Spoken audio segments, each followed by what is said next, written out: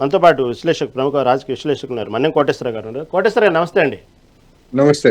కోటేశ్వర గారు, ఏదైతే బండి సంజయ్ కుమారుడు బండి భగీరథ్ విషయంలోకి వచ్చేటప్పటికి దాదాపుగా ఎవరైతే బాధితులు పోలీస్ స్టేషన్కి వెళ్తే వాళ్ళని గంటలు గంటలు కూర్చోబెట్టి ముందుగానే బండి భగీరథ్ సంబంధించిన వాళ్ళకు కాల్స్ చేసి వాళ్ళ చేత వీళ్ళకంటే ముందు దానికి సంబంధించినటువంటి విషయం హనీ ట్రాప్ అని చెప్పి వాళ్ళ చేత కేసు పెట్టించి తర్వాత ఈ కేసు తీసుకొని దాంట్లో కూడా కేవలం స్టేషన్ బెయిల్ వచ్చే విధంగా సెక్షన్లు కేవలం గంటల్లోనే బెయిల్ వచ్చే విధంగా స్టేషన్ బెయిల్ వచ్చే విధంగా సెక్షన్లు రాసి ఇచ్చేసి నామాత్రపు కేసుగా చిత్రీకరించడం, ఆ తర్వాత చిలికి గాలివాన్ అయ్యి సీఎం దాకా వెళ్ళటం, డీజీపీ దగ్గర తన అసహనం వ్యక్తం చేయటం, ఆయన చాలా వెరైటీ ఆన్సర్ ఇవ్వటం, ఏదైతే ప్రధానమంత్రి టూర్లో బిజీగా ఉన్నాం కాబట్టి సరిగా పట్టించుకోలేదనే ధోరణి, ఇవన్నీ ఓవరాల్గా చూసుకుంటే ఎక్కడ జరుగుతుంది లోపం? కేవలం నిజంగానే చెప్పినటువంటి అధికార పార్టీకు ఇటు ఉన్నటువంటి బీజేపీకి ఉన్నటువంటి ఆ నాయకులు ఉన్న సాన్నిధ్యం వల్ల ఈ ప్రెజర్ వల్ల కేసు పక్కదోవ పట్టిస్తున్నారా, లేకపోతే ఎక్కడ జరుగుతుంది పొరపాటు? ఓవరాల్గా ఏమంటారు? ఈ ఉదంతాన్ని చూస్తూ ఉంటే ఖచ్చితంగా ప్రభుత్వంలో ఉన్నటువంటి పెద్దలకి ఈ విషయం ముందే తెలుసు. పోలీస్ స్టేషన్కి ఫిర్యాదుదారులు వచ్చినప్పుడు ఆ విషయాలన్నీ కూడా ఖచ్చితంగా పోలీసులు తెలియజేసి ఉంటారు.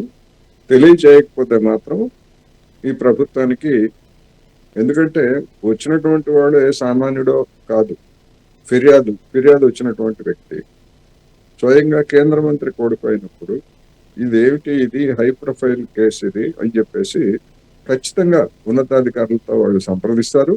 స్థానికంగా ఉన్నటువంటి పోలీసులు, ఆ ఉన్నతాధికారులు కూడా రాష్ట్రం పెద్దల్లో ఉన్నటువంటి ప్రభుత్వానికి చెందినటువంటి వాళ్ళతోటి డెఫినెట్ గా వాళ్ళ చెవిని వేసి వాళ్ళ ఆదేశాలు కావచ్చు లేదా వాళ్ళ సలహాలు కానీ తీసుకుంటారనేటువంటిది స్పష్టంగా కనిపిస్తాం.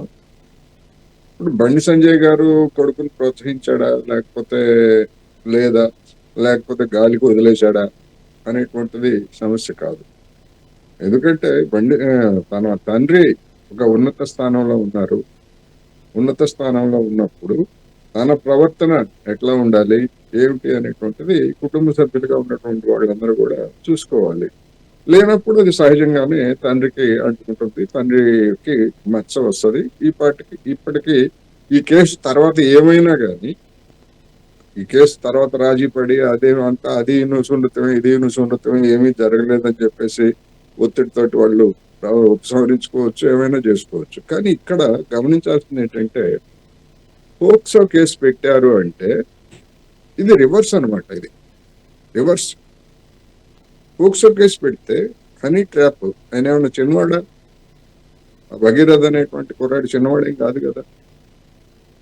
ఎట్లా హనీ ట్రాప్ చేస్తారు? ఒకవేళ హనీ ట్రాప్ చేశారే అనుకోండి, హనీ ట్రాప్ చేస్తే మన కృష్ణారెడ్డి గారు చెప్పినట్టుగా గుళ్ళు గోపురాలు అక్కడికి ఇక్కడికి అన్ని తిరిగినప్పుడు అప్పుడు హనీ ట్రాప్ అనిపించలేదా?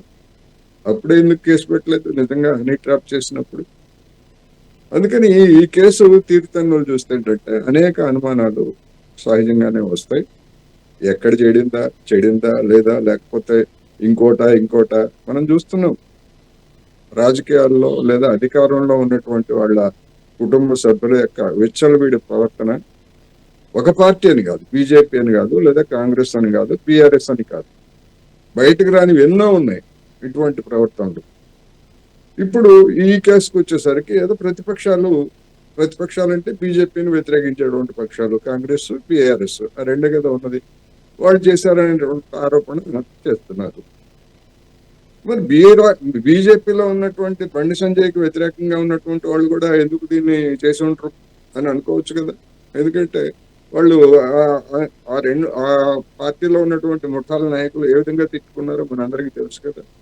అడ్వాంటేజ్ ఎవరైనా తీసుకోవచ్చు, ప్రతిపక్షాలు తీసుకోవచ్చు, బీజేపీని వ్యతిరేకించేటువంటి పార్టీలు తీసుకోవచ్చు, బీజేపీలో బండి సంజయ్ని వ్యతిరేకించేటువంటి వాళ్ళు కూడా తీసుకోవచ్చు. మరి దీన్ని ఎవరు తేల్చాలంటే రాష్ట్ర ప్రభుత్వం తేల్చాలి. ఏం తెలుస్తుంది రాష్ట్ర ప్రభుత్వం? ఒకవేళ దీని వెనకాల ఎవరైనా బీజేపీ వాళ్ళు ఉన్నారని కనుక అది తేల్చింది అనుకోండి, ఉన్నారో లేదో నాకైతే తెలియదు, చెప్తున్నా. చూడండి, మా మీదనే మళ్ళీ కేసు పెట్టారు, మా మీదనే దీన్ని నెట్టేశారు అని చెప్పేసి బీజేపీ వాళ్ళు మళ్ళీ అంటారు.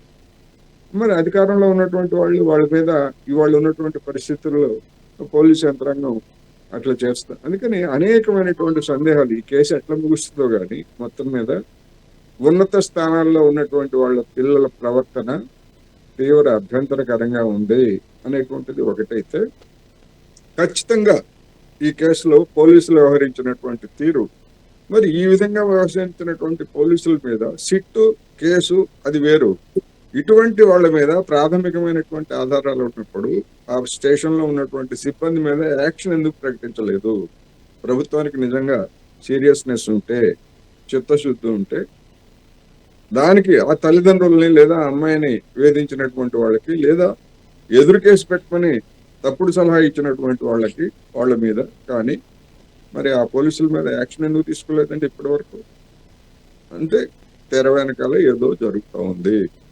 ఏం జరుగుతుంది ఏమిటి అనేటువంటిది చూస్తే చివరికి ఇది ఏమి తేలకుండా కనుక పోయిందనుకోండి, ఏమి తేలకుండా కనుక పోయేట్లయితే ఆ అప్రదిష్ట రేవంత్ రెడ్డి గారికి చుట్టుకుంటుంది, బండి సంజయ్ గారికి చుట్టుకుంటుంది అనేది మాత్రం నేను చెప్పదలుచుకున్నా.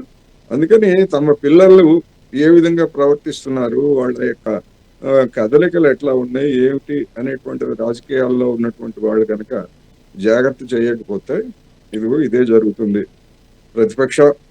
ప్రత్యర్థి పార్టీలు ఉపయోగించుకోవచ్చు, సొంత పార్టీలో ఉన్నటువంటి వాళ్ళు కూడా ఉపయోగించుకోవచ్చు.